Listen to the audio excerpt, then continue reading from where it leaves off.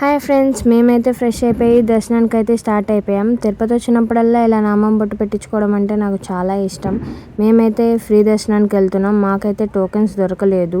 అందరూ 8 hours, 10 hours, 18 hours, 24 hours అని అంటున్నారు. ఒక్కొక్కళ్ళు ఒక్కొక్కటి చెప్తున్నారు.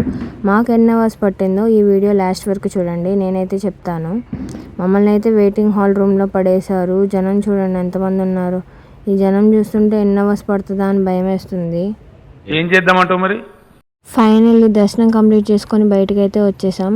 మాకైతే దర్శనం 15 అవర్స్ పట్టింది. 24 అవర్స్ అని అలా అంటున్నారు, కానీ మాకైతే 15 అవర్స్ పట్టింది.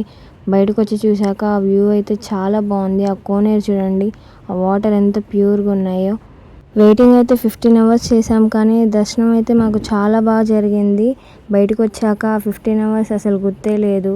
తిరుపతి వచ్చాక ఇంకా ఫొటోస్ రీల్స్ చేసుకోకుండా ఉంటామా? నేనైతే కొన్ని ఫొటోస్ రీల్స్ అయితే తీసుకున్నాను. నేనైతే ఎప్పుడు ఫ్యామిలీతో వచ్చాను, బట్ ఫ్రెండ్స్తో అయితే ఇదే ఫస్ట్ టైం. వాళ్ళతో ఎక్స్పీరియన్స్ అయితే నాకు బాగా నచ్చింది. మీలో మీ ఫ్రెండ్స్తో ఎప్పుడైనా ఇలా ఎక్స్పీరియన్స్ చేశారా? కమెంట్ చేయండి. Bye friends.